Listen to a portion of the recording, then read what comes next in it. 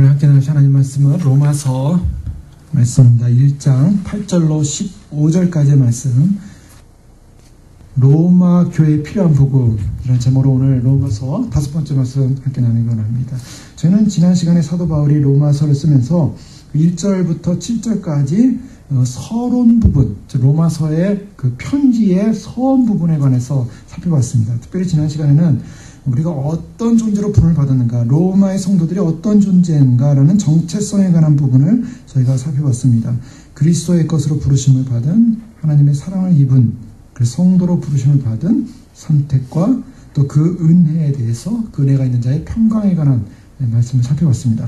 그러면 오늘은 사도 바울이 이제 로마서를 쓰면서 로마를 향하여 가고자 했던 자신의 마음의 중심을 표현하는 로마에 대한 계획에 관한, 방문 계획에 관한 그러한 과정에 관한 것을 그가 소개하는 장면이 오늘 말씀에 나오고 있습니다.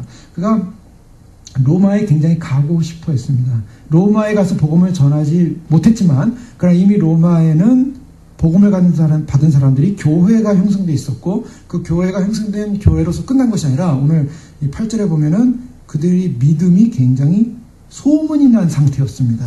그래서 먼저 내가 예수 그리스도로 말미암아 너희 모든 사람에 관하여 내 하나님께 감사함은 너희 믿음이 온 세상에 전파됩니다. 이 너희 믿음이 전파됐다. 교회가 전파된 것이 아니라, 교회가 있다가 전파된 것이 아니라 로마에 교회가 있는데 그 교회 성도들의 믿음이 전파가 된 거예요. 믿음이.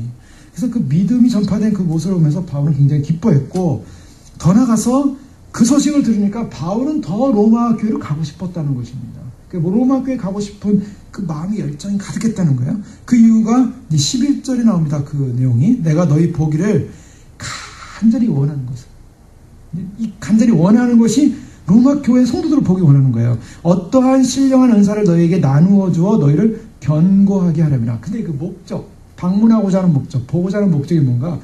야, 로마가 세계 중심이고 굉장히 문화, 정치, 경제, 또 철학, 학문, 또 세계의 모든 그 당시의 모든 결정되는 결정권이 로마 핵심, 바로 로마 제국의 핵심이 로마에서 이루어지는데, 로마 좀 문화 좀 봐야겠다. 로마에서 일어나는 여러 가지 검투사 경기도 좀 봐야겠다.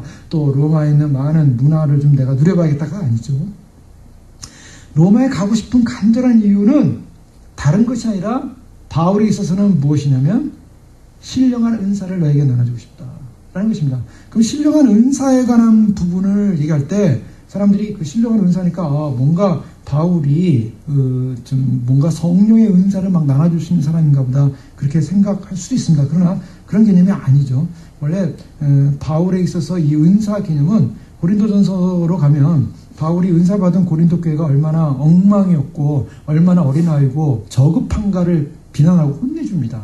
근데 은사받았다 해서 서로 은사 때문에 서로 높고 서로 자기의 은사를 자랑하고, 그리고 그 은사에 대한 부분 때문에 서로 분쟁이 생기고, 그래서 그 은사를 잘 활용할 것에 관한 경고와 또한 권면하는 것을 고린도 교회에서 편지에서 볼 수가 있는데, 그런 은사를 말하는 것이 아닙니다. 바울이 지금 말하는 은사는, 여기서 말하는 은사는 바울이 어떤 사람인가, 복음을 위하여 택정함을 입었다라고 1절에 말하고 있습니다. 바울이 어떤 사람이냐면 복음을 전하는 사람이라는 거죠. 다메섹 도상에서 주님이 바울을 만났을 때 바울에게 주신 명령은 뭐냐면 이방인의 사도가 될 것이다. 이방인의 복음을 전하는 자가 될 것이라는 명령을 받았습니다. 그래서 5절에 보면 은혜와 사도의 직분을 받아, 자기 자신이 하나님으로부터 은혜를 받고 주님으로부터 은혜를 받고 사도의 직분을 받았다라고 해서 그 이름을 위하여 내가 이방인 중에서 믿어 순종하기 위해서 내가 부름받은 존재다. 바울은 이 서신서의 전반부에서 볼 수 있는 것처럼 그가 은사를 나눠주고 싶다라는 그 내용은 뭐냐면 제대로 된 복음을 알려주길 원한다는 것입니다. 제대로 된 복음. 자, 이것이 바울이 로마를 방문하고자 하는 목적이었어요. 그런데요, 우리가 사도행전에 보면 에베소에서 사도 바울이 에베소의 사람들에게 말씀을 가르치지 않습니까? 거기서는 몇 년 가르쳤냐면 3년 동안 가르쳤다는 말씀이 나옵니다. 3년 동안. 사도 바울이 3년 동안 말씀을 가르쳤어요. 어떤 말씀을 가르쳤을까요? 3년 동안. 3년 동안 가르친 말씀은 지금 이 성경에 기록되지 않은 굉장히 깊고도 넓고도 분명한 말씀이었을 것입니다. 왜냐하면 사도 바울이 지금 로마서를 쓰고 있는데 로마서의 이 서신서가 우리에게도 굉장히 중요한 로마서의 초반 서론을 살펴보면서 로마서가 주인 당시 교회사적 영향이라든가 개인적 영향에 대해서 우리가 간단하게 살펴봤었습니다. 이 로마서가 주는 것은 굉장히 중요한 교리들을 담고 있는데요. 물론 로마서만이 아니라 다른 서신서에서 중요한 교리를 담고 있는데 이 로마서는 굉장히 이 복음의 이 핵심, 과 그리고 하나님께서 말씀하시는 복음의 모든 내용을 어떤 중요한 부분을 담고 있는데 이 로마서가 그럼에도 불구하고 이것은 서론이라는 거죠. 사도 바울이 편지를 쓰면서 그가 하고 싶은 얘기를 다 할 수는 없었다는 것입니다. 로마에 방문해서 그가 만약에 무엇인가 가르치기 시작한다면 이 복음에 관한 걸 가르칠 텐데 지금 이 로마서에서 쓰여진 이 로마서는 그냥 단지 서론이고 바울이 깊이 들어가서 그 깊이의 그 교리적 상황과 하나님의 말씀의 복음을 가르친다면은 3년이 아니라 4년, 5년, 6년, 7년을 가르쳐도 바울이 그냥 그 하나님의 말씀의 깊이의 넓이를 가르칠 수 있는 내용을 담고 있었던 사람이에요. 근데 그 내용을 담고 지금 추적해서 편지로 지금 쓰고 있는 거예요. 간단하게. 그냥 간단하게 타픽별로 편지로만 쓰는데도 이 로마서는 중요한 교회사 가운데 영향력을 줬다라는 것입니다. 바울은 지금 무엇을 나눠주고 싶냐면 복음을 나눠주는데 이유가 뭔가? 이유가 11절에 담겨져 있어요. 그 이유는 너희를 견고하게 하려 합니다. 자, 지금 우리가 여기서 이제 확인해야 될 게 바로 이 부분인데 이 차이를 느낄 수 있겠습니까? 8절과 11절의 차이. 자, 8절과 11절에서 무슨 차이가 느껴집니까? 8절에서는 내 하나님께 감사하다라고 얘기합니다. 감사하다. 왜 감사합니까? 로마에 있는 성도들이 바울이 가서 가르치지도 않았고 바울이 그런 말씀의 그런 훈련과 교육을 시키지 않았음에도 불구하고 그들이 믿음이 소문이 났어요. 믿음이 좋았어요. 자, 우리가 여기서 이제 분명히 알아야 될 것은 믿음이 좋다라고 할 때 그 믿음이 좋다라는 것과 믿음이 좋으면 다 끝난 것이냐라는 것입니다. 사람들이 보통 기독교 생각할 때 그렇게 생각해요. 아, 믿음이 좋다. 자, 믿음 좋다라는 게 뭘 말하고 있습니까? 왜 믿음이 좋았을까요? 뭐 여러 가지 지금 정황을 생각해 볼 수가 있습니다. 우리가 로마서의 서론 제 첫 시간에 이미 말씀드렸던 것처럼 로마서가 쓰여지는 바로 그 당시 로마 교회는 유대인과 이방인이 로마 이방인이 함께 섞여 있다가 클라디우스 황제에 의해서 유대인 추방 명령이 떨어지면서 유대인들이 다 쫓겨나게 되죠. 쫓겨나면서 로마에서 유대인으로서 그리스도인이 됐던 사람들이 로마 교회에 있던 사람들마저도 쫓겨났습니다. 브리슬라 아굴라가 대표적인 사람의 한 예표로서 우리가 확인할 수 있었다 그러죠. 그러니까 이 믿음이 좋았던 유대인들은 어떤 사람들입니까? 유대인들은 바로 구약의 율법에 이 정통한 사람들이었습니다. 이런 구약 지식과 또 그리스도를 믿게 됨으로 오는 사건이 뭐냐면 구약 지식과 그리스도의 그런 풍성한 영적인 지식을 연결할 수 있는 연결의 그런 계시를 해석할 수 있는 그런 탁월한 사람들이었어요. 그러니까 유대 랍비들이 보지 못하는 유대의 율법으로 해석이 안 되는 그런 부분을 바로 해석하고 볼 수 있는, 우리가 히브리서 통해서 볼 수 있는 것처럼 유대교와 기독교의 엄청난 차이, 그 우월성에 있어서 초월성에 있어서 엄청난 차이를 확인하게 되는데, 바로 유대 그리스도인들은 바로 율법에 정통했지만 그러나 그 그리스도교를 통해서, 주님을 통해서 그들이 해석한 깊이는 컸다고요. 그런데 그런 유대인들이 유대적 습관과 전통에 익숙했던 그분들이 이제 그리스도교로 완전히 바뀌면서 그 유대교에 있었던 모든 메시아의 예표가 그리스도를 통해서 이루어졌다는 것을 증거했던 믿음이 얼마나 견고했을까. 그런 사람들이 지금 쫓겨났다는 거예요. 교회가 갑자기 쫓겨난 것입니다. 만약에 그 유대교 그리스도인들이 교회의 절반이었으면, 이방인 절반, 유대인 절반이었으면 유대인 절반이 지금 로마로 나가게 된 사건이 벌어진 거죠. 자, 그럴 때 로마에 남은 이방인 출신 헬라 철학과 세상 죄악 가운데 빠져 있었던 사람들이 그리스도를 만나서 변화된 사람들. 그래서 뜨거웠죠. 예수님 만나서 뜨거웠습니다.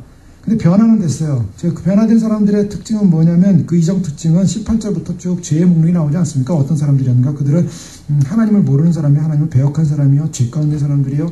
자, 이런 죄 가운데 가득 있었던 이 사람들이었던 바로 그 사람들이 이제 개종하게 된 거죠. 그러니까 그들이 그동안 예수 그리스도는 유대인이었고 유대교 전통 속에 있었던 바로 유대인들이 바로 유대 출신이었던 예수님을 메시아로 인정하게 되고 받았던 그 영적인 영향력. 교회를 보면 믿음 좋은 권사님이나 장로님이나 믿음 좋은 사람들이 이렇게 교회의 절반 이상을 차지하고 있다. 그런 교회는 교회가 튼튼하죠. 초보적인 흔들림이 없습니다. 그냥 믿음 생활이란 이런 거다 하면서 하나님 앞에 믿음의 그 충성을 하는 모습을 보이게 되죠. 근데 그런 사람들이 어떤 외부적 조건이나 박해나 모든 상황 때문에 그런 사람들이 쫙 교회를 다 빠져나갔다고 생각을 해보세요. 교회 이제 누구인지 알고 이방 종교에서 이방 죄악된 인생에 살다가 이제 예수님 믿고 교회 나와서 이제 껍벅 이제 이게 구원의 길이구나 하고서 그 감격 하나만을 갖고 있는 사람들에게는 굉장히 충격이라고요. 그들에게는 교리적 정리도 없었고 교리적인 어떤 깊이도 없어요. 왜냐하면 유대교적 뿌리가 없기 때문에 그들이 아주 가졌던 것은 바로 예수님이 메시아고 그분이 우리의 죄를 위해서 나의 이런 옛날에 그 죄악된 타락된 인생인 나를 구원하기 위해서 허물가지로 죽었던 우리 같은 죄인을 구원하기 위해서 십자가에 못 박혀 돌아가셨고 부활하셨다. 그렇기 때문에 그 부활하시는 주님이 나를 부활하실 것이고 나도 구원에 이룰 수 있는 그런 영광을 얻게 된 존재다라는 것으로만 감격하는 거예요. 그거 하나로만. 그래서 거기서 막 감격하고 뜨거워져 있는 상황이었는데 유대 그리스도인들이 쫓겨나면서 이들이 이제 큰 충격을 빠지면서 이거 어떻게 해야 되는가. 다행히 로마 교회는 와해되지가 않았어요. 우리가 중국의 문화혁명이 일어날 때 보면 중국 교회 지도자들이 전부 잡혀 들어가고 순교도 당하고 제가 예전에 알았던 중국 출신의 지사님의 어머님이 그 문화혁명 때 잡혀 들어가서 거기서 고문을 당하시고 믿음을 배도할 것을 계속 요청받는데 그거 안 하시고 그리고 고문을 당하시고 나중에는 결국 그것 때문에 이제 몸이 약해서 돌아가셨다는 간증을 들은 적이 있어요. 그래서 이 따님 되시는 이 지사님은 믿음이 굉장히 견고합니다. 어머님이 순교의 각오로 문화혁명 때 믿음을 지킨 분이기 때문에 이 딸에게 준 영향이에요. 그래서 삼자교회라는 가정교회가 아닌 삼자교회를 다니셨던 분임에도 불구하고 그 믿음이 아주 견고하세요. 자, 어떻게 보면은 핍박과 박해가 올 때 믿음이 약해질 것 같은데 기독교는 오히려 핍박과 박해 속에서 믿음이 강해지는 교회사적인 영향을 보게 됩니다. 로마 교회도 지금 이러한 역사적 배경 속에서 지금 믿음이 견고해지는 오히려 더 유대인 그리스도인들이 같이 있었던 그리스도인들이 쫓겨나가게 되니까 거기서 무너지는 것이 아니라 우리가 더 주님 앞에 기도하자. 더 하나님께서 이러한 모든 문제를 해결하도록 기도하자. 아마 그들이 그런 믿음의 열정을 가졌던 것 같아요. 그런 열정 때문에 로마 교회가 무너진 게 아니라 오히려 저들이 믿음으로 주님을 붙잡고 있다. 이 소문이 퍼진 거예요. 이 소문이 퍼니까 바울이 볼 때 더욱 안타까운 거예요. 바울이 볼 때 저대로 가면 안 되는데 왜 저대로 가면 안 됩니까? 자, 우리가 신앙이라고 할 때 신앙이 시작이 되면 당장 신앙이 시작되면 어떻게 됩니까? 그 다음에 막 신앙이 뜨거워지죠. 뜨거워지면 막 우리가 나가서 뭐 전도도 합니다. 복음도 전한다. 어느 성경 자체는 예수님 믿고 또 어떤 훈련, 예수님 믿는 사람이 어떤 성경자체 훈련을 몇 주간의 훈련을 마치게 되면 당신을 이제 나가서 전도하라 그래가지고 아예 그냥 평신도 사역자로 막 보내요. 그래서 그래서 보내는데 그 보냈던 성교단체가 지금은 이제 여러 가지 사상적, 영적인 문제가 있어 많이 이제 문제가 되곤 했지만 어쨌든 그걸 볼 때 위험하다고요. 저렇게 하면 안 되는데 위험하다고요. 그러니까 어떤 순수한 열정, 그래서 내가 예수 믿었으니까 예수님 믿는 걸 다 전하지 말라는 게 아닙니다. 전해야 됩니다. 오히려 더 알수록 이제 전해야 되고 증거해야겠지만 그러나 그거 하나만을 붙잡고 나가서 전하기 시작한다거나 아니면 어떤 한 특성을 갖기 시작할 때는 좀 위험하다는 거예요. 왜 위험한가? 지금 바울이 11절에 보니까 그들의 믿음의 온수단이 전파가 됐는데 믿음이 전파되면 끝난 거 아닙니까? 믿음이 좋으면 끝난 거 아닌데 바울이 왜 거기를 가려고 해요? 자꾸 뭔가 부족하다는 거예요. 부족함이 있다. 자, 그것 때문입니다. 그 부족함 때문에 사도 바울이 이제 가려고 하는데 그 부족함이 뭔가? 그 부족함은 이제 바울이 이제 14절, 15절 말씀에서 계속 우리가 추정해 볼 수 있는 것이 헬라이나 야마이나 지혜 있는 자나 어리석은 자에게 내가 빚진 자라 그러므로 나는 할 수 있는 대로 로마에 있는 너희에게도 복음 전하기를 원하노라. 이게 무슨 말입니까? 로마에 있는 교회 성도들이 복음 때문에 예수님 믿고 구원받은 걸로 우리가 알고 있는데 그리고 믿음이 전파됐는데 소문이 났는데 근데 복음 전하기를 원한대요. 자, 이것이 바로 이제 로마서를 쓰게 된 동기고 또 로마를 방문하고자 하는 사도 바울의 목적이었습니다. 그들의 신앙은 순수했고 뜨거웠습니다. 그리고 그들의 신앙은 핍박 속에서도 여러 가지 교회적 위기 속에서도 믿음을 포기하지 않는 그러한 순종한 열정을 갖고 있었고, 그들이 예수님 믿었다는 그 감격과 그 소망 속에서 그들은 그들의 믿음을 잘 지키고 있었는데 바울이 볼 때는 부족하더라. 자, 무엇이 부족한가? 복음의 내용에서 부족하다는 것입니다. 복음의 내용에 있어서. 그래서 좀 더 깊은 말씀의 진리의 길로 인도하기를 원한다는 것이 바울의 마음이었어요. 그 좀 더 깊은 말씀의 진리의 길이 지금 바울이 쓴 신령한 은사라는 말로 표현한 것입니다. 좀 더 신령하다. 우리가 신령하다 할 때 뭔가를 보고 듣고 무슨 다른 사람을 위해서 기도하면 뭐가 그 사람의 문제가 쫙 보이고, 그래서 당신은 그런 문제가 있어요? 뭐 그래서 이런 문제를 알려주는 게 신령한 게 아니에요. 그런 게 신령한 게 아니라, 신령하다는 것은 뭐냐? 말씀을 제대로 아냐는 겁니다. 제대로 아냐. 제대로 아는 것이, 말씀을 아는 것이 신령인데, 왜? 자, 이게 바울이 쓴 서신서를 보면 바울은 무엇인가? 구원의 문제를요, 하나의 단순한 이 믿음이 좋다 할 때 뭐 기도를 많이 한다든가 성경을 많이 읽었다든가 아니면 전도를 뭐 많이 한다든가 뭐 좋습니다. 그것이 기도를 많이 하는 문제, 뭐 성경을 많이 읽는 문제, 전도를 많이 하는 문제, 구제를 많이 하는 문제, 사람마다 이제 각자에게 주어진 어떤 달란트 은사가 있어서 그쪽으로 집중할 수 있겠는데요. 그런 것만이, 드러나는 외향적 모습만이 믿음의 차원이냐, 구원의 차원이냐, 구원받은 자의 차원이냐, 자, 그건 좀 다른 문제라는 거예요. 골로새 1장 19절 20절에 보면 아버지께서는 모든 충만으로 예수 안에 거하게 하시고 그의 십자가의 피로 화평을 이루사 만물고 땅에 있는 것들이나 하늘에 있는 것들을 그로 말미암아 자기와 화목해 되기를 기뻐하심이라. 자, 골로새서에 보면 좀 더 이 구원의 이 스펙트럼이 커집니다. 우린 구원받았다면 내가 죄인이었는데 예수님 믿고 내가 구원받게 됐습니다. 내 인생 변화된 것만의 감격만을 차고 넘치고 있어요. 그래서 내 인생 변화된 것만이 기쁨이에요. 그래서 당신도 기쁜데 변화되기 원하는, 당신도 변화되기 원하는데 얘기할 수 있어요. 그 전도의 개념으로 가죠. 그러나 성경에서 말하는 구원의 스펙트럼은 거기에서만 머물지 않는다는 것입니다. 성경에서 무엇을 말하고 있냐면 좀 더 우리가 소위 말해서 전체를 볼 수 있는 시각이 필요한 거예요. 어린아이들은 자기에게 있어서 배고픈 문제 해결되면 기쁜 거고요. 자기 있어서 아픈 문제 해결되면 그걸로 끝인 거고요. 자기에서 무슨 니드가 필요하면 그 니드만 해결되면 어린아이들은 끝나요. 행복해요. 웃고 막 기뻐요. 그런데 그 웃음이라는 것이 단지 자기에게는 조그만 육적인 만족이 이루어졌기 때문에 얻는 기쁨이지, 사실은 인생 전반을 통해서 이룬 어떤 하나의 목적을 이루신 기쁨은 아니라고요. 어린아이에게는. 예수님 믿게 되면 예수님 믿는 것 그 자체, 예수님을 믿는 그 감격의 자체를 우리는 뭐로 표현하면 어린아이로 표현합니다. 이제 태어난 거예요. 이제 태어났기 때문에 예수님 믿는 감격, 처음 태어난 사람은 얼마나 기쁘고 감격스럽습니까? 그러나 그것은 시작이라는 거죠. 그것이 완성이 아니에요.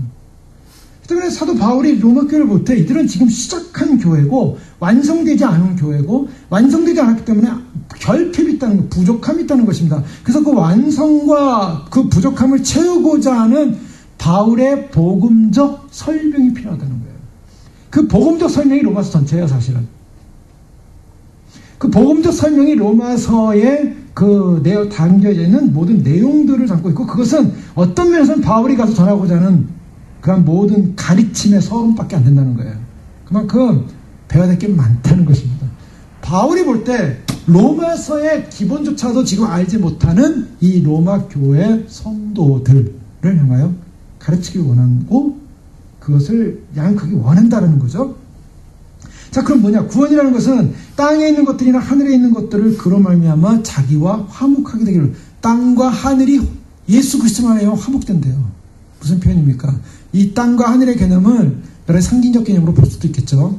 땅이라는 것은 땅에 속한 사람들, 하늘에 속한 사람들, 하늘에 속한 영역들, 하늘에 있는 하나님, 또한 천사들, 또 믿음의 의인, 먼저 간 의인들의 모든 영역을 하늘로 볼 수도 있어요. 그러나 여기서 말하는 이 땅과 하늘의 화목이라는 것은 어떤 의미에서는요, 자, 로마서 8장에 보면 이 화목의 관계를 이렇게 표현하고 있죠. 자, 8장 18절에서 23절에 보면 사도 바울이 이렇게 얘기합니다. 생각하면 현재의 고난은 장차 우리에게 나타난 영광과 좋게 비교할 수 없도다. 피조물에 고대하는 바는 하나님의 아들들이 나타나는 것이니 피조물이 허무한 데 굴복하는 것은 자기 뜻이 아니오 오직 굴복해 하시니 이로 말미암음이라. 그 바라는 것은 피조물도 썩어짐의 종로로 탄 데서 해방되어, 자 보십시오. 피조물이 고대하는 것 19절입니다. 그리고 21절에 그 바라는 것은 피조물도 썩어짐의 종로로 탄 데서 해방되어 하나님의 자녀들의 영광의 자유에 이르는 것입니다. 피조물도 썩어짐의 종로로 탄 데서 해방되어 하나님의 자녀들의 영광의 자유에 함께 이르는 거래요. 피조물도.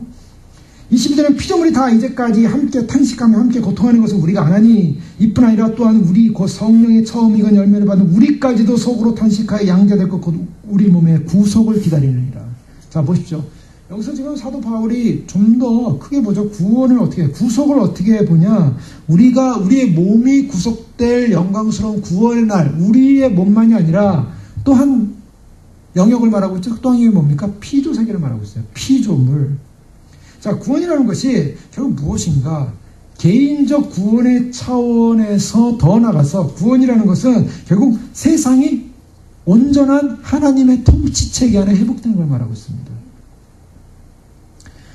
지구는요, 인간의 죄로 말미암아 어떻게 해서 점점 새로워지고 있습니까? 나빠지고 있습니까? 사람들은요, 지구가 지금 지구 안에 사는 사람들도 타락돼 있지만 타락된 이 인생들 때문에 지구라는 이 소위 말해서 플래닛, 이 지구라는 이 행성이 결국 타락하고 있잖아요. 바다도 오염되고 있고 산도 오염되고 있고 물도 오염되고 있고 그리고 공기도 오염되고 있고 전부 지구는요 지금 몸살을 앓고 있어요.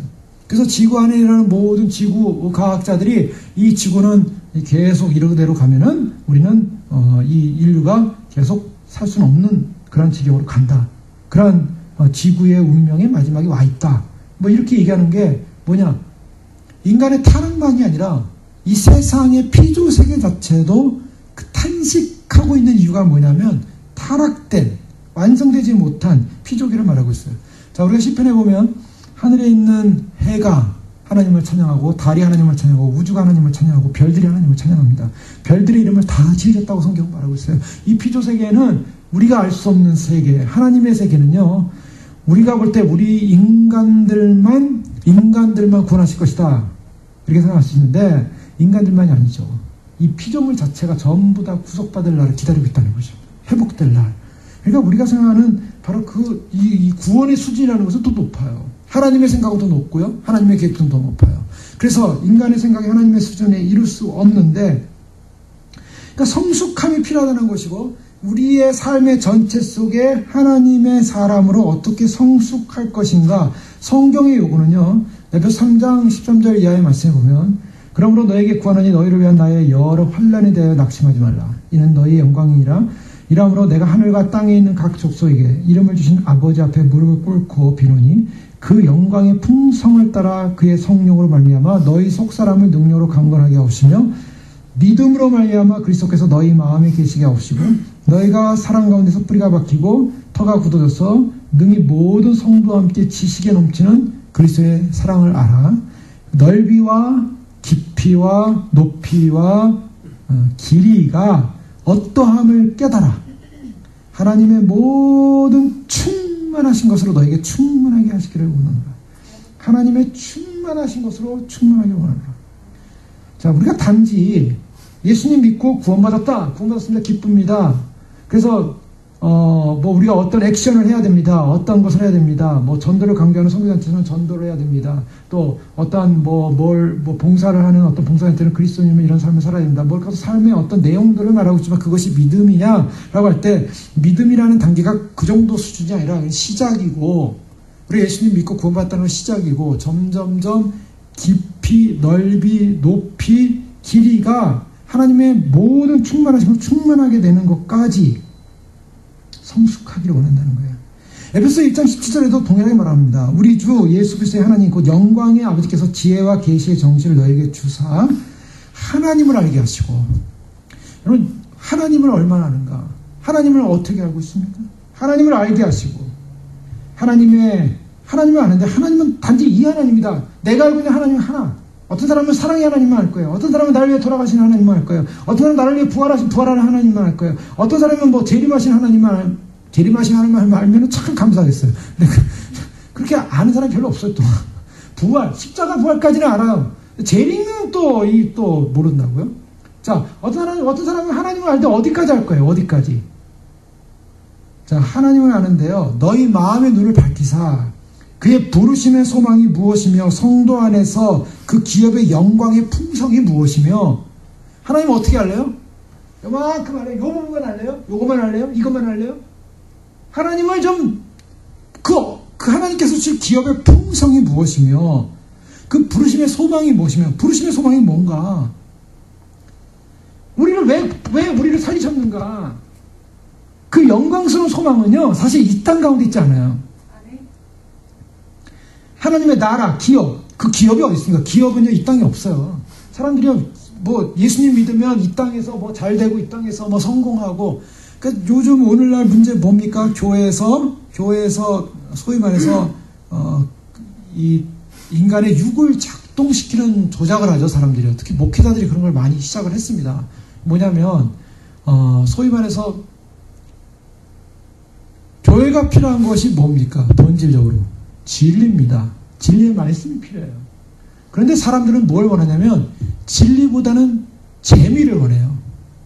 교회 와서 진리를 들어야 되는데 진리가 선포될 때는 때로는 권면도 있고 책망도 있고 때로는 죄에 대한 지적이 있고 물론 사랑과 위로와 소망과 또한 어떤 그러한 하나님 나라에 대한 영광 기쁨의 소식도 있겠죠. 그러나 진리는 이 양면이 다 증거돼야 되는데 사람들은 그런 진리의 양면성의 그런 전체적인 진리보다는 내게 필요한 그런 나를 위로해 줄 수 있는 말씀이 필요하다고요. 그러니까 사람들이 어떤 그쪽으로 마음을 기울어지고 있고 기대하고 있기 때문에 자꾸 그쪽의 말씀에 초점을 맞추다 보면 육적인 말씀에 초점을 맞추게 되고 인간의 자랑이 들어가게 되고 또 인간의 자랑만이 아니라 어떤 어떤 성공 사례적인 간증을 통해서 하나님이 저렇게 복을 주셨으니 이런 성공을 했다라고 하기 시작해요.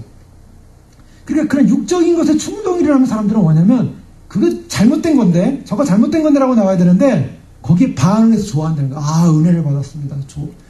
당장 그런 반응이 일어나요. 당장 그런 반응이 일어나니까 그쪽으로 자꾸 선회를 하면서 이야기하기 시작하는 거죠. 자, 참된 진리가 필요한 곳에 진리가 왜곡되어지고 인간적 재미가 드러나는 곳이 교회가 아니에요. 교회는 참된 진리로서 외쳐져야 되는데 자, 우리에게 있어서 이 땅의 기업이 뭐냐? 이 땅에서 잘 되고 잘 먹고 이 땅에서 성공하고 이 땅에서의 모든 것 이것이 우리에게 있는 기업이 아니라 이 기업의 영광의 소망이라는 것은 주님께서 복음서를 통해서 하나님 나라의 기업을 얘기할 때 기업이 이 땅에 있는 것으로 절대 얘기하지 않았어요. 오는 나라가 기업이에요. 다른 면에 하면 그 기업을 유업으로 받는다라는 표현할 때 그 기업은 어디냐? 하나님 나라의 천국이에요. 그러니까 구원의 개념 속에서 좀 더 하나님을 알게 하시길 원하는데 우리의 마음의 눈을 넓히사 밝히사 부르심의 소망이 무엇이며 성도 안에 그 기업의 영광의 풍성이 무엇이며 그 힘의 강요로 역사심을 따라 믿는 우리에게 베푸신 능력의 지극히 크심이 어떠한 것을 너희로 알게 하시기를 구하노라. 바울의 간구가 뭡니까? 바울의 간구는요 좀 성숙하고 좀 수준이 달라요. 지금 바울이 지금 에베소 교회를 향해 기도하고 있는데 바울이 기도하는 것은 이 신앙의 초보를 가지고 어떻게 뭘 잘할까? 어떻게 이 땅에서 어떻게 우리가 잘 뭔가를 성취해 볼까? 어떻게 사람들이 인정하는 사람들이 인정하는 것을 내가 성취하고 쟁취함으로 말미암아 인간들이 박수치는 그것을 쟁취한 것이 하나님의 은혜로 이렇게 쟁취했습니다. 그러니까 여러분 나를 보시고 여러분들은 이런 쟁취를 하십시오라고 하는 것으로 변질시키지 않으시고 하나님 나라의 기업이 무엇인가 차원이 다르다는 거예요. 자, 믿음의 차원. 그래서 바울이 볼 때 지금 이 로마 교회가 가만히 놔두면 어디로 갑니까? 가만히 놔두면 세속화될 수가 있다는 거예요. 가만히 놔두면 문제가 생길 수가 있다는 거예요. 지금은 순수하고 좋아요. 지금은 그 열정이 있어요. 그 주님을 만난 기쁨 속에 그들은 믿음을 지키고 있어요. 여러 가지 교회의 어려운 상황 속에 환경도 어려운 상황 속에도 그들은 끝까지 믿음을 지키려고 노력을 할 거예요. 그러나 이제 곧 있게 될 뭘 봅니까? 바울은? 자, 어린아이를 볼 때요. 어른들이 보면은 어떻습니까? 어린아이들 그 학교 가면은 항상 요구하는 게 뭡니까? 학교 옮길 때라든가 이렇게 옮길 때 보면 항상 요구하는 게 이 신체 그 예방주사 맞은 거 가져라 그랬고 자, 우리가 볼 때는 아이들이 그냥 막 자랄 것 같지만 어른들이 볼 때는 위험 요소가 많아요. 어떤 위험 요소? 이 아이가 이 주사를 안 맞고 이 예방 주사를 안 맞으면 이 병에 걸릴 거, 이 병에 걸릴 거. 이게 이제 통계대로 나오지 않았습니까? 그러니까 반드시 이 병에 걸리지 않을 주사를 맞게 하고 이 병, 그 나이에 또 이 주사를 맞게 하고 이 주사 맞게 하고 이 주사 맞게 하고 예방 주사 다 맞게 해요. 자, 물론 예방주사도 요즘은 못 믿을 시대가 되긴 했지만 어쨌든 예방주사 다 맞게 한다고 단계별로. 왜? 어른이 볼 때는 이 아이가 자라기 위해서는 위험요소, 병에 걸릴 위험요소를 다 보고 있는 거예요. 그래서 예방주사를 주는 거죠. 바울이 지금 로마교를 볼 때 이 어린아이 교회가 이제 탄생을 해가지고 자라야 되는데 이 자라는 과정에서 많은 문제가 생길 수 있는, 질병에 걸릴 수 있는 많은 병으로 인해서 그래서 결국 어떻게 보면 와해될 수 있는, 병으로 넘어질 수 있는 그런 요소들을 보고 있는 거예요.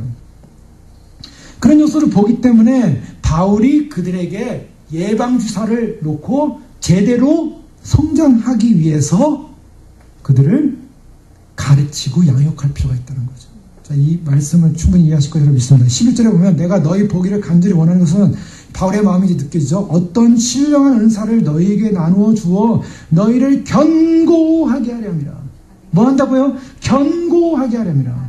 자, 이 말씀이 없으면은 믿음이 아무리 전파된다 할지라도 나중에 흔들릴 수가 있다는 거예요. 나중에 흔들릴 수 있어요.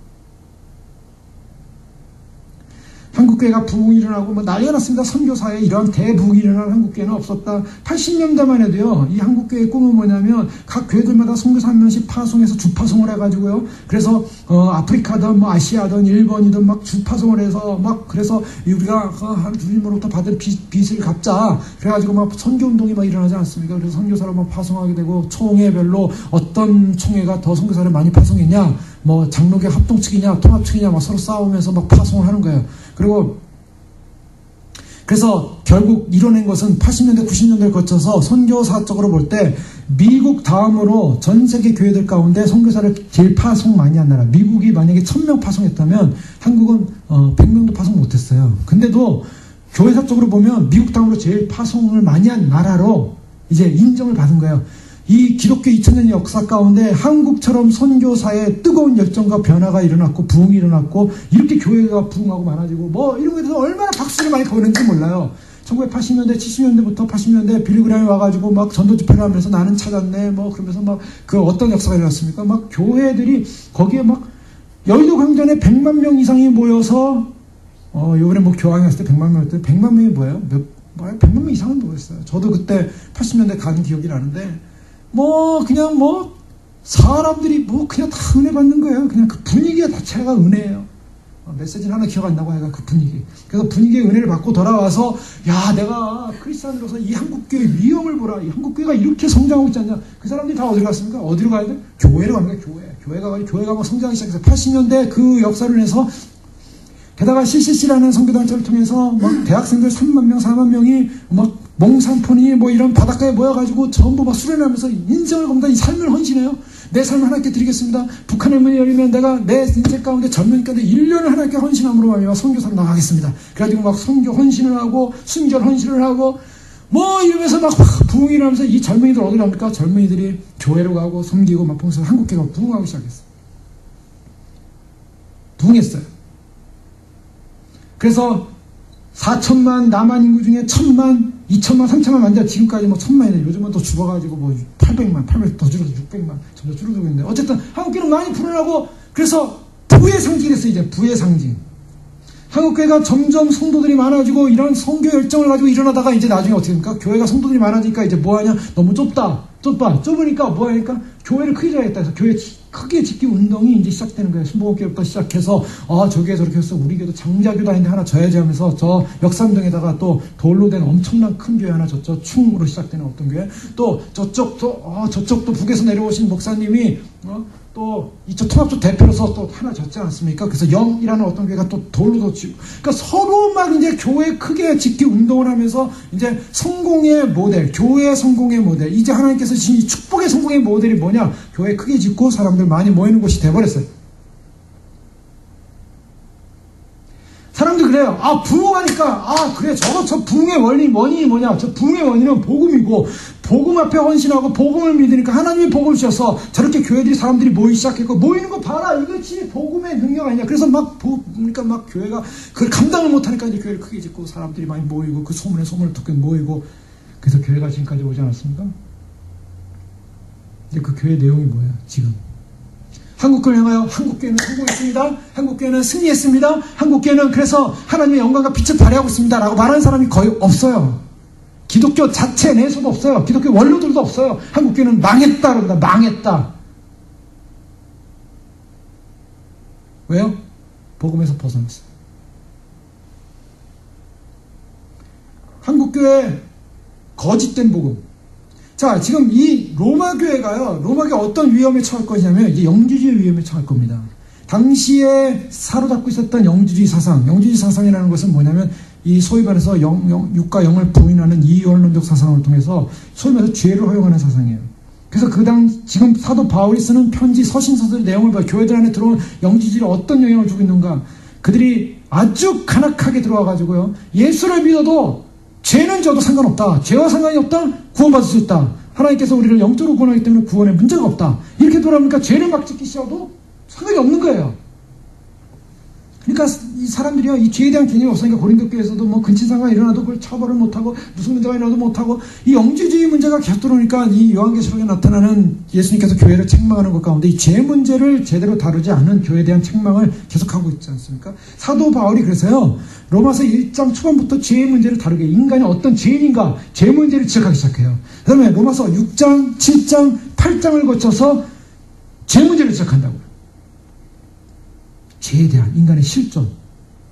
자, 또 어떤 문제가 들어오기 시작하면, 이들은 율법주의, 소위 말해서 유대기로 돌아가는 유대주의자들에 대한 이러한 그러한 위기가 올 거라는 걸 알고 있었어요. 당시에 사도 바울이 전했던 교회가 세워졌던 교회들마다 어떤 사람들이 들어와서 얘기하는 거예요.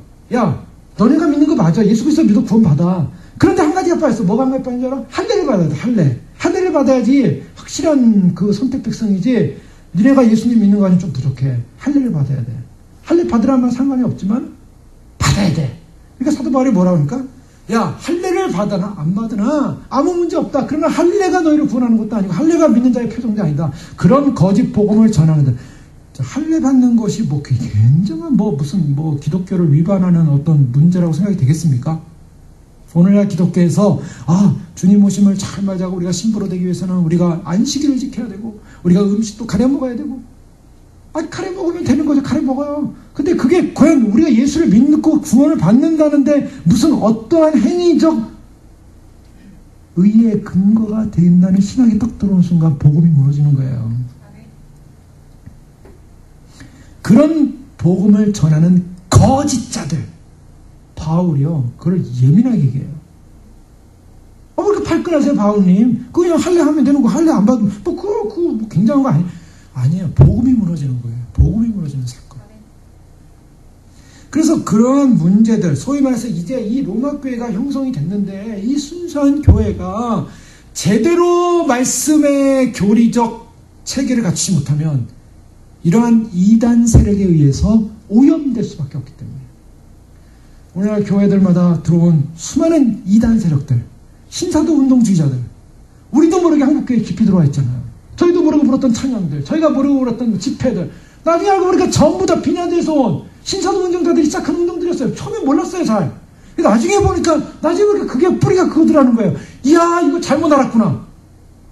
오늘날 백투 예루살렘 운동들, 가만히 보니까 신사도 운동자들이 그 주도를 해가지고 거짓 영의 흐름으로 가고 있어요. 진정한 하나님 나라의 시온 운동이 아니라, 물론 시오니즘이라는 것이 하나님의 어떤 구속적 개념에서 크게 일어나는 겁니다. 그러나 이 교회들이 그것에 무슨 육적인 시오니즘에 앞장서는 듯한 하면서 그것이 마치 하나님 나라 메시아 시대를, 도래를, 예수님의 재림을 앞당기는 것처럼 운동을 갖다가 주도해가는 거, 틀린 겁니다. 우리 안에 들어온 많은 이 부흥이라는 어떤 무브먼트들, 그래서 사람들이 부흥이라는 예수 그리스도를 전해요. 예수 그리스도를 전하는데 기적도 일어나고 치유도 일어나고 회복도 일어나요. 뭐 그것만이 아니라 뭐 금가루, 은가루 떨어진다고 하면서 뭐 여러 가지 뭐 그 치유 현상도 일어나고 무슨 기적 현상도 일어나고 사람들이 막 그 뭐 난리가 나지 않습니까? 근데 가만히 보니까 이것이 전부 신사도 운동 계열에서는 거짓 사도 운동이야. 거짓 귀신 운동이라는 거예요. 알고 보니까. 근데 미국 교회 안에도 그게 깊이 들어와서 미국의 좀 젊은이들이 좀 관심 있고 뜨겁고 뭔가 열정을 갖고 사모하는 사람들이 전부 관심 있는 데가 다 교회를 찾아보니까 전부 다 거기 연결돼 있어요. 전부 하야하에 연결돼 있고 전부 신사도 운동 계열에 연결돼 있더라는 거예요. 교회가 바른 교리, 바른 진리로 가지 않으니까 사단이 들어와서 교회를 오염시킨 겁니다. 처음부터 교회가 이렇게 오염됐겠어요? 그러나 그것이 좋은 것이냐 받아들이기 시작하면서 자 이런 문제들이 일어나면서 사도 바울은요 지금 이 로마서를 통해서 구원이 무엇인가, 죄가 무엇인가, 인간의 실존이 무엇인가, 성령의 역사가 무엇인가, 어떤 종말이 오는가, 사단의 정체가 무엇인가, 이단들의 교묘한 그러한 사상들이 무엇인가에 대한 그런 것을 가르치고 경고케 할 필요가 있다는 거예요. 그래서 우유를 먹는 데서 시작한 것이 아니라 이제 딱딱한 음식을 먹을 수 있는 그런 성숙함으로 나아가도록 예수를 믿게 되면 사람들이 생각하기를 이제 성령님께서 함께 하시고 우리가 그런 믿음의 뜨거움을 살고 있으니까 나는 이제 사단이 나를 공격하지 못할 거야. 그리고 나는 그러한 사단의 공격에 넘어가지 않을 거야. 그런 뜨거운 충만한 생각을 가질 수가 있어요. 그렇지 않습니다. 오히려 예수님을 믿고 믿음 생활 제대로 하려면 사단이 교묘하고 은밀하게 그 사람을 무너뜨리는 작전과 계획을 짜기 시작해요. 그래서요, 시간이 지나서 어떡합니까? 예수 믿다가 사람이 넘어지는 수많은 사람들의 내용들을 보세요. 의문, 의심, 불만, 좌절, 실적, 불화, 거짓, 속임의 교리. 빌립보 4장에 보면 유대와 순두개의 사건들, 어떤 불화적 사건들, 또 포도원 품꾼에 관한 예수님의 비유 가운데 그 포도원 품꾼이 처음 부름받은 자와 마지막 부름받은 자의 그런 관계 속에서 마지막 처음 부름받은 자의 그런 어떤 불만, 어떤 여러 가지 이런 것들이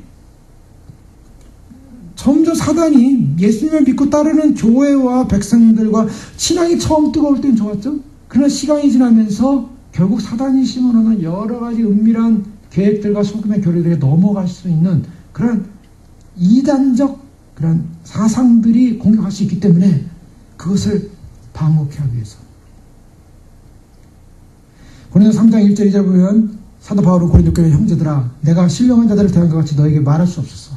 육신에 속한 자 곧 그리스도 안에서 어린아이들을 대한 것 같이 하노라. 내가 너희를 저주로 먹이고 밥으로 아니하였노니 이는 너희가 감당치 못할 거니와 지금도 못하리라 하면서 신령한 자들을 대한 것 같이 할 수 없다. 자, 어떤 사람들은 예수님 믿고 바로 신령해졌다고 생각을 해요. 그렇지 않습니다. 예수님 믿고 바로 신령해진 것이 아니라 자라나야 돼요. 그래서 에베소 4장 10절 예배 우리가 다 하나님의 아들을 믿는 것과 아는 일이 하나가 돼요. 자, 믿고 아는 일이 하나가 됐어요. 그 다음에 뭐예요? 온전한 사람을 이루어 그리스도의 장성한 분량이 충만한 데까지 이르리니. 뭡니까? 반드시 단계가 있다는 거예요. 믿음 좋음. 많은 사람들이 믿음 좋음이라는 이름으로 자기를 포장합니다. 내가 열심히 전도하니까, 열심히 기도하니까, 내가 열심히 말씀해주니까, 내가 열심히 봉사했으니까 난 믿음 좋은 사람이야. 여러분, 그게 믿음이 거기서는 물론 믿음의 한 좋은 아름다운 모습이에요. 그러나 그것은 시작이라. 자라나야 됩니다. 충만하니까 이뤄야 됩니다. 이는 우리가 이제부터 어린아이가 되지 않냐고 사람의 괴술과 간사한 유혹에 빠져 모든 교훈의 풍조에 밀려 요동치 않게 하랍니다. 자, 보세요. 믿어서 교회가 형성되었고 신앙생활 했는데 장성한 분량을 이루지 못하니까 어떤 사람이에요? 어린아이로 남아있으면, 신앙의 어린아이로 남아있으면 사람의 괴술과 간사한 유혹에 빠진다는 거예요. 모든 교훈의 풍조에 밀려 요동치 않게 하랍니다. 교훈의 풍조에 밀린다는 거예요. 오늘날 포스트 모더니즘, 오늘날 사람들의 자유주의, 인간주의, 휴머니즘, 인간이 우상화된 주의. 그 바울의 입장에서는요, 지금 어떻게 하면 이들을 견고케 할까? 어떻게 하면 성숙시킬까? 그래서 그 견고한 교리들을 알려주고 싶었던 거죠. 그래서 이론적으로 아는 것만이 아니라 의식과 정서에 있어서 또 전인적인 그런 성숙함으로 인도해 주고 싶었던 거죠. 그러한 어떤 말씀의 본질적 진리를 그들에게 알려주고 가르쳐주고자 하는 사도 바울의 마음, 그것이 오늘 8절과 11절을 통해서 나타나고 있는데요. 이러한 상황에서 사도 바울은요, 그들에게 간절히 가길 원했는데 이 길이 막혔어요. 보면 형제들아, 10절에 보면 내가 여러 번 너희에게 가고자 한 것을 너희가 모르기를 원하지 아니하노니 이는 너희 중에서도 다른 이방인 중에서 같이 열매를 맺게 하려 함이로되 지금까지 길이 막혔도다. 막혔다. 자, 여기서 우리가 이제 몇 가지 이제 실천적 교훈을 좀 우리가 보게 됩니다. 자, 사도 바울이 지금 로마에 왜 가려고 했습니까? 복음 전하라. 좋은 일입니까? 나쁜 일입니까? 좋은 일이에요. 복음 전하라, 말씀 전하라 하는 게. 근데 그게 열렸어요? 막혔어요? 막혔다는 거예요. 여러분, 여기서 우리는 알 수 있는 거예요. 우리가 하나님의 나라와 하나님의 영광의 일을 추구하면서 갈 때요, 우리가 좀 더 이렇게 넓게 깊이 볼 필요가 있는 게, 성경에서는 바울도 로마에 가서 복음을 전하고 싶었고, 왜 로마에 가고 싶었는가? 로마 교회가 성숙하길 바랬어요. 사실 바울에게 있어서는 외로운 전도의 선교의 그런 싸움이었습니다. 사도로서. 그가 때로는 많은 도움이 좀 필요했기도 했는데, 우리가 빌립보에 살펴봤잖아요. 빌립보에서 진심으로 바울을 도운 교회는 빌립보 교회였어요. 그래서 바울이 그걸 참 감사했습니다. 물론 감사합니다. 하나님께서 그 일을 하게 하셨다는 어떤 감사의 주권을 놓치지 않았지만 어쨌든 빌립보 교회 성도들에게 감사하고 있었어요. 바울을 진심으로 돕고 섬길 수 있는, 그러나 고린도 교회나 이런 교회들은요, 어린아이 같은 짓만 해요. 그래서 바울이 책망만 해요. 근데 빌립보 교회는 성숙함으로 그를 칭찬을 해요.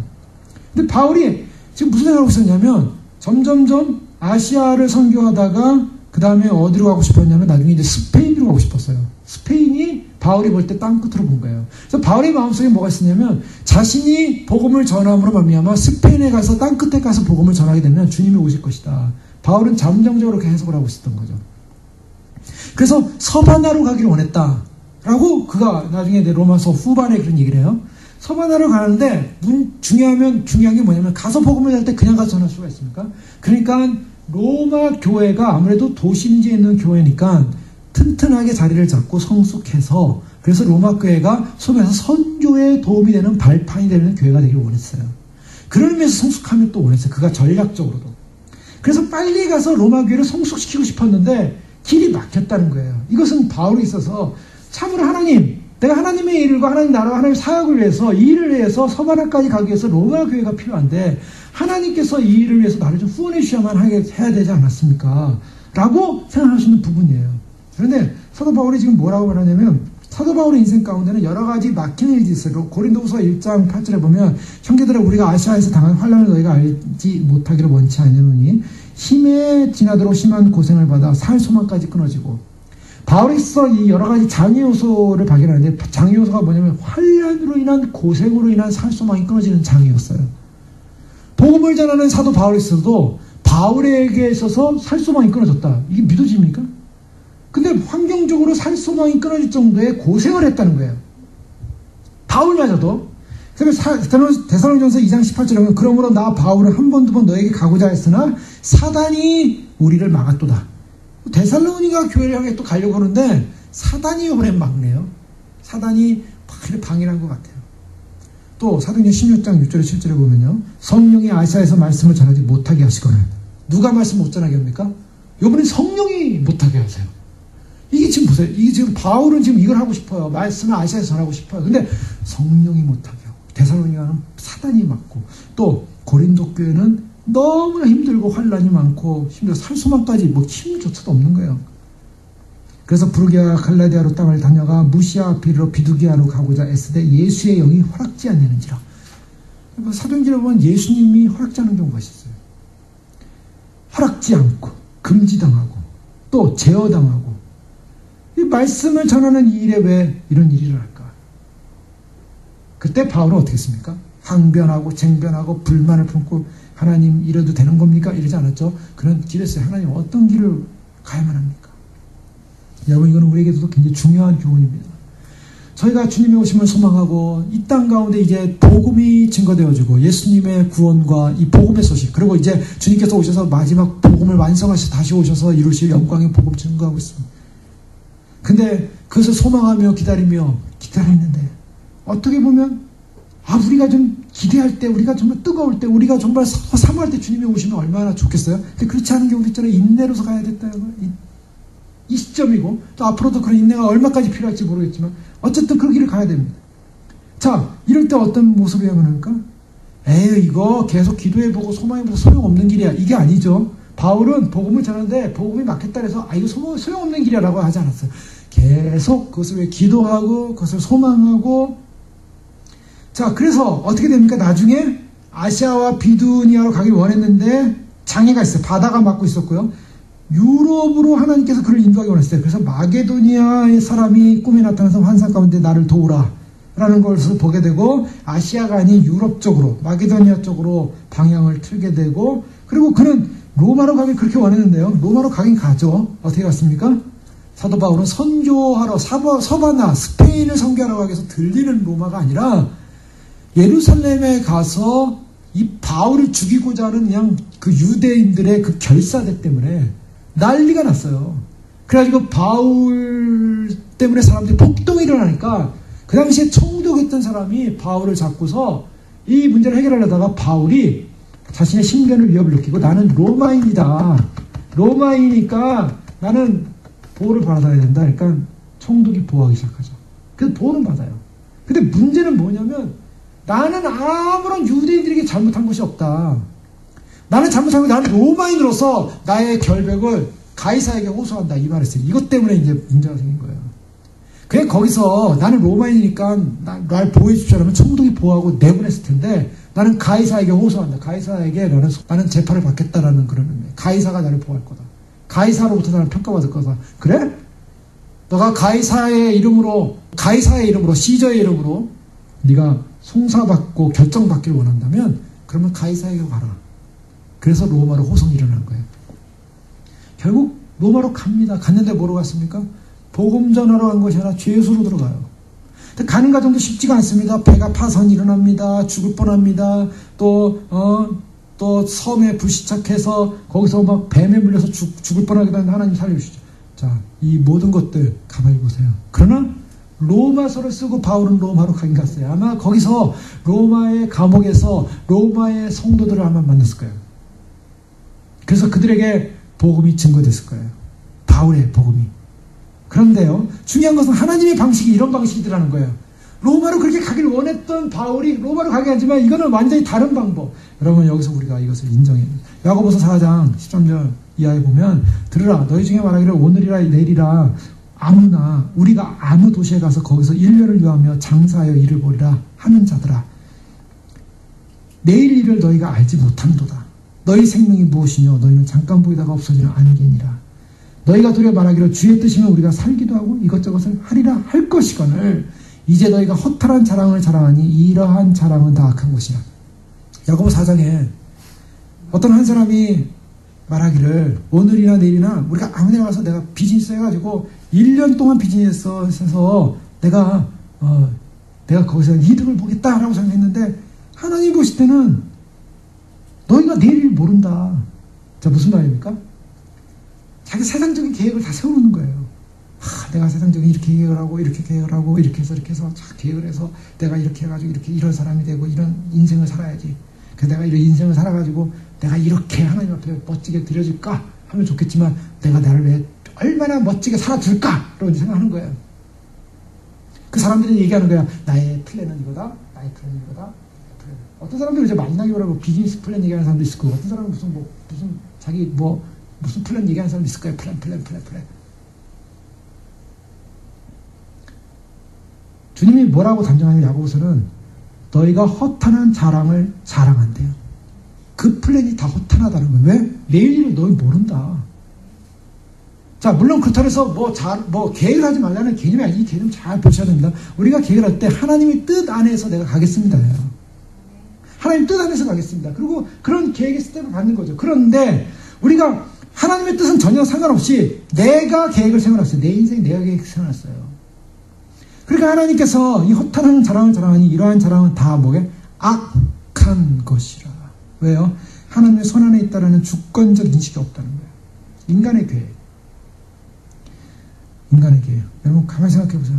물론 내가 생각된 인생대로 하나님 내가 살았습니다 하는 사람도 없잖아. 있을 수 있겠죠. 그 사람은 아마 본인의 입장에서는 참 개인적으로 인간적으로 좀 행복을 느낄 수도 있겠어요. 내가 계획한 대로 살았으니까. 그런데 가만히 보면, 우리 인생을 가만히 보면,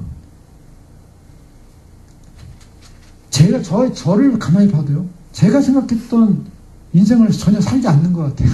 제가 생각했던, 사실 계획은 없었어요. 나는 이런 목회를 하겠다. 이런 계획은 저는 없어요.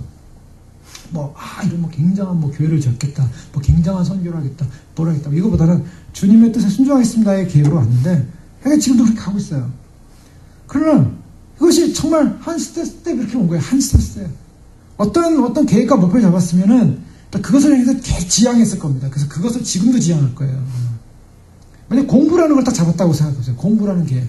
공부가 계획인데, 그 공부를 하면 그 공부를 마치고 그 공부를 이루고 공부를 해서 성취하려는 그 성취욕 때문에 계속 그걸 추진할 거예요. 근데 이것도 이 방향으로 가다가 하나님께서 이거를 기뻐하지 않는다라고 할 때는 내려놓는 거죠. 내려놓는 거. 예를 들면 그런 거예요. 그러니까 우리가 인생의 계획을 어떤 삶을 어떤 방향성을 잡을 때 그 방향성에 있어서 그 방향성에 과연 하나님이 기뻐하시는 방향성이냐. 자, 우리가 생각할 필요가 있는 거죠. 허탄한 인간의 자랑들. 이것은 다 악이다. 자, 우리는 하나님 손 안에 있다. 바울은요, 어떤 의미에서는 그런 하나님 앞에서 막힌 것에 대해서 일단 고백을 하지만, 그러나 결국 그의 마음속에는 그 교회가, 로마 교회가 진정으로 말씀의 복음 안에 진리 안에서 견고히 서기 원하는 마음이 있어. 그래서 빨리 지금 이 서신서를 보내고 있는 것이고, 그 다음에 이제 가서 본격적으로 이제 가르쳐야만 입장이었습니다. 그의 고백을 통해서 9절에 보면 심령으로 섬기는 하나님 그랬죠. 바울은 그의 인생 가운데 참으로 심령으로 섬기는 인생의 모습을 가졌어요. 그래서 참 하나님 앞에 진지하게, 하나님 앞에 변함없는 그런 충성을 가지고 하나님 앞에서 참 심령으로, 우리가 심령으로 섬겼다라는 이 말 속에 반대되는 용어가 뭘까요? 그러면 육적으로 섬기는 거예요. 육적으로. 자, 고린도서 13장에 보면요, 우리가 사랑장으로 알려져 있는데, 사랑은 언제나 하면서 표현하고 있죠. 근데 거기 보면 육적인 개념들이 나와요. 육적인 개념이 어떤 개념들인가? 사랑은 언제나 뭐 한다고요? 고린도서 13장 보십시오. 고린도서 13장에 이 심령과 반대되는 사건들. 사랑은 오래 참고 사랑은 온유하며 뭐 한다고요? 시기하지 아니하며. 자, 시기라는 말이 이제 육적인 걸로 반대적으로 나옵니다. 또 사랑은 자랑하지 아니하며. 자랑이라는 것도 뭡니까? 다 육적인 거예요. 사랑은 뭐예요? 교만하지 아니하며. 교만, 무례하지 아니하며, 자기를 굳지 아니하며, 성내지 아니하며, 악한 거 생각지 아니하며. 자, 사도 바울이요, 하나님을 섬길 때 내가 심령으로 주님을 섬겼다. 월식, 우리의 인생 자체가 사실 하나님을 섬기는 마음, 섬기는 삶. 그래서 내가 육체로대로 하지 않고 하나님을 진정으로 마음으로 심령으로 섬기면서 가는 그러한 섬김의 열정, 그 모습으로 바울은 그렇게 하나님을 바라보면서 나아갔다는 것입니다.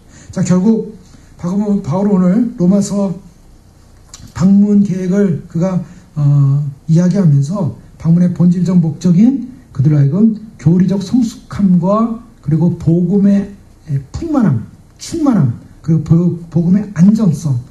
고린도서 1장 30절에 너희는 그리스도 하나님께로부터 나서 그리스도 예수 안에 있고 예수는 하나님께로서 나와서 우리에게 지혜와 의로움과 거룩함과 구속함이 되었다.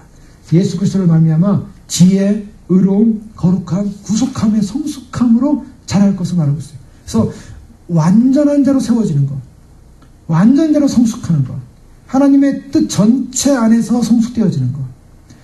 말씀도 하나님의 뜻 전체 안에서 성숙해야 되고, 교회는 바로 그런 하나님의 말씀의 뜻 전체를 알리고 그것을 배우고 선포되어야 될 바로 그런 장소가 바로 교회인 것입니다. 교회로서의 사명, 영적인 공예요.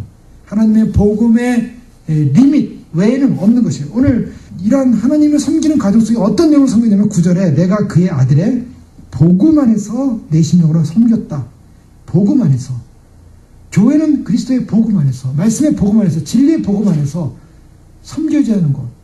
그래서 그 진리의 복음 안에 섬겨져야 되는 것인데, 그 진리의 복음 안에서 섬겨지는 의와 거룩과, 그 다음에 고린도서에 말하는 그 거룩함과 구속함, 지혜로움을 얻는 이 성숙함의 방법이 뭐냐?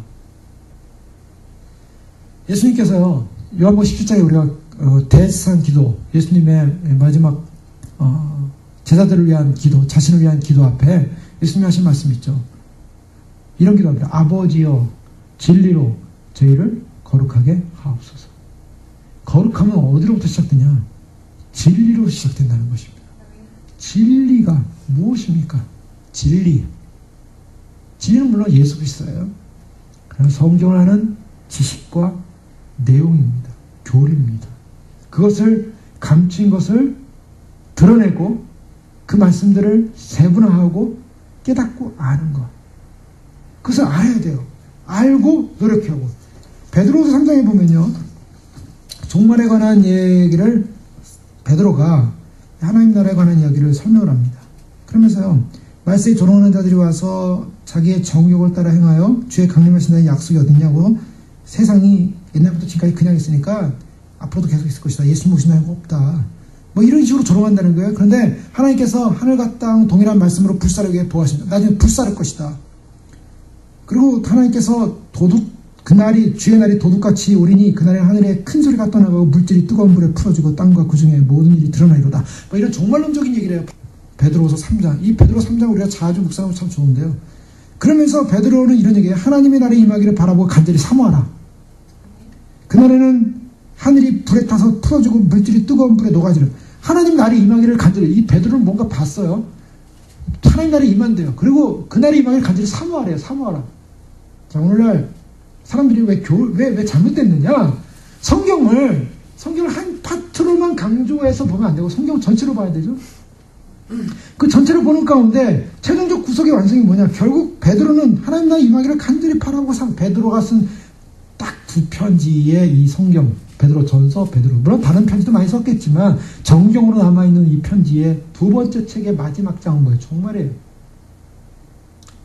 하나님 나라의 임하기를 바라보고 간절히 사모하라. 자, 그러면서 새하늘과 새 땅을 바라보도다.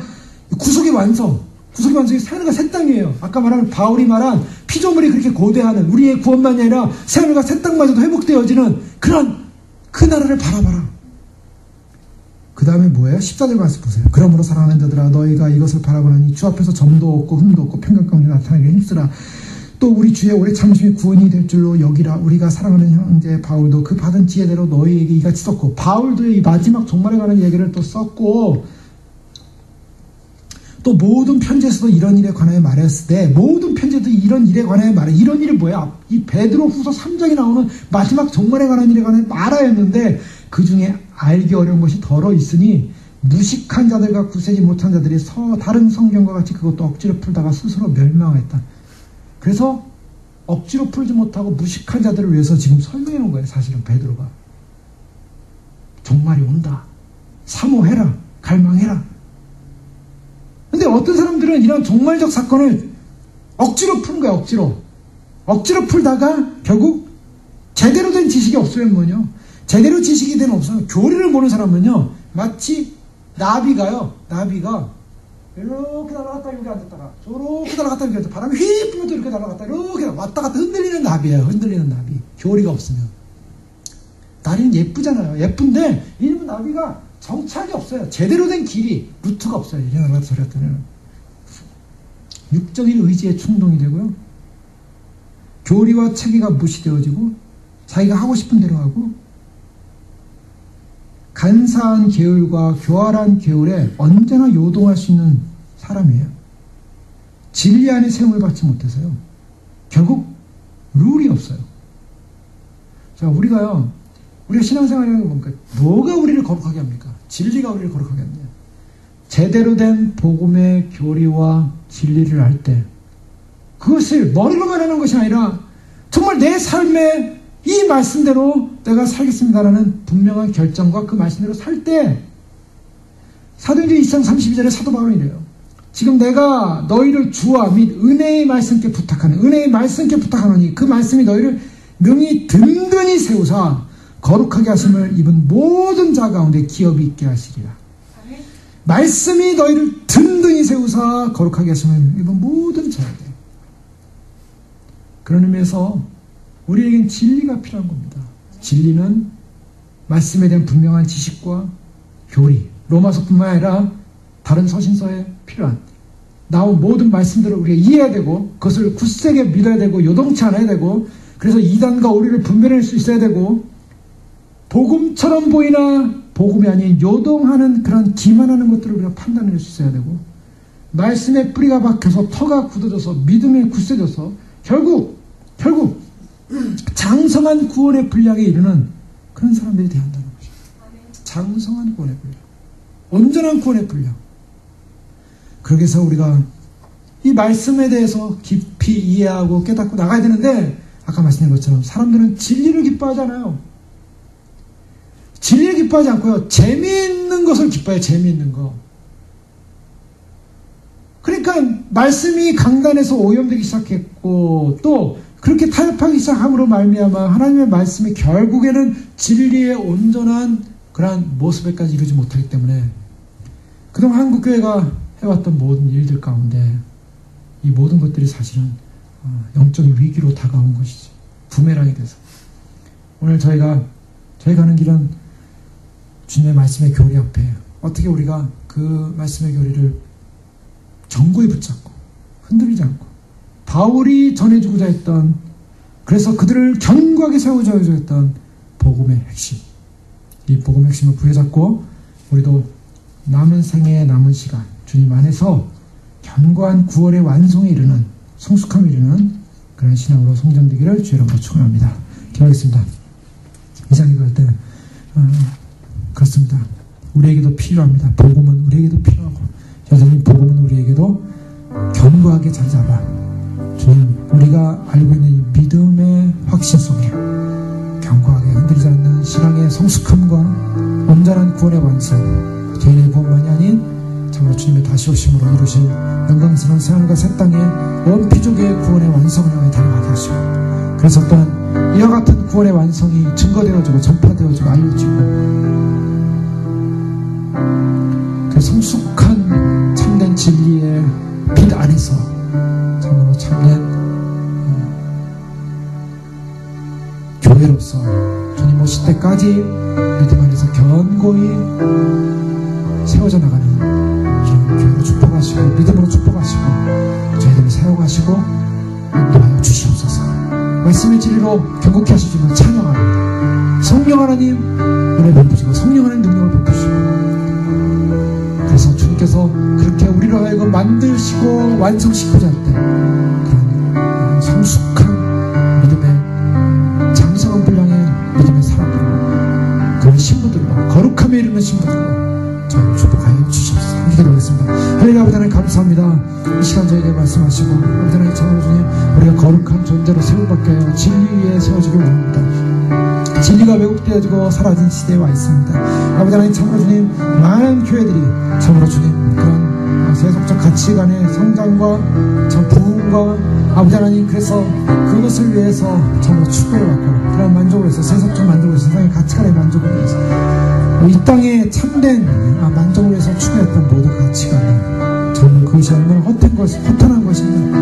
그 허탄한 모든 계획들이 하나님 앞에 다 악이라고 했습니다. 주여, 참 우리의 주권은 주님께 있습니다. 우리의 삶도 주님께 있습니다. 우리의 인생도 주님께 있습니다. 우리의 가치도 주님께 있습니다. 주님이 원하시는 것, 주님이 추구하는 것, 주님이 기뻐하시는 것, 주님이 정말 원하시는 삶을 향하여 달려가게 하시고, 우리의 삶이, 우리의 시간의 조건들이, 우리의 인생의 조건들이 우리의 계획이 아닌 주님의 계획 안에서 순종하게 하시고, 그래서 기도하게 하시고 인내하게 하시고 바라보게 하시고, 아버지는 하나님이 이루실 영광과 하나님이 이루실 나라와 하나님이 이루실 역사와 하나님이 이루실 소망에 달려가게 하여 주시옵소서. 할렐루야. 아버지는 주님의 주권 앞에 순종합니다.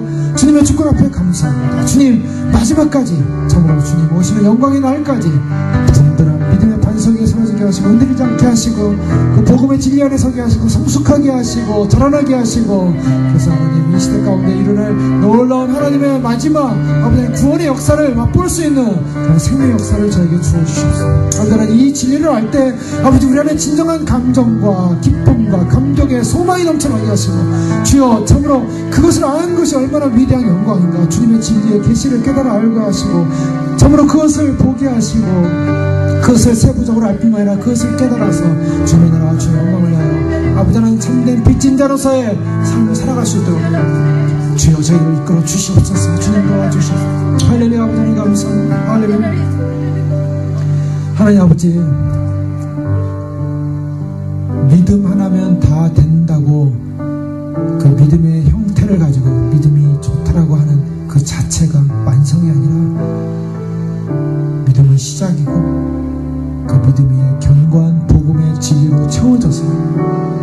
성숙하여서 하나님께서 이루시는 구원의 완성의 모습을 보는 그 자리까지 장성함으로 자라난 것. 그래서 결코 흔들리지 않는 견고한 토 위에 주님의 영광스러운 나라의 백성으로 세워지는 것, 그것이 주님이 우리를 부르신 공적인 구원의 목표인 줄 믿습니다.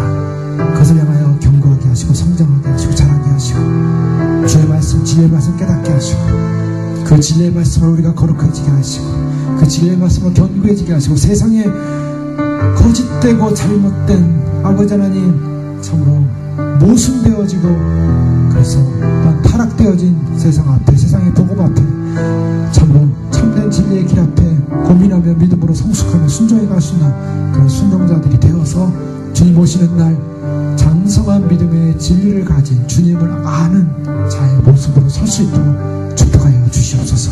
주님 알기를 원합니다. 더욱 알기를 원합니다. 깊이 알기를 원합니다.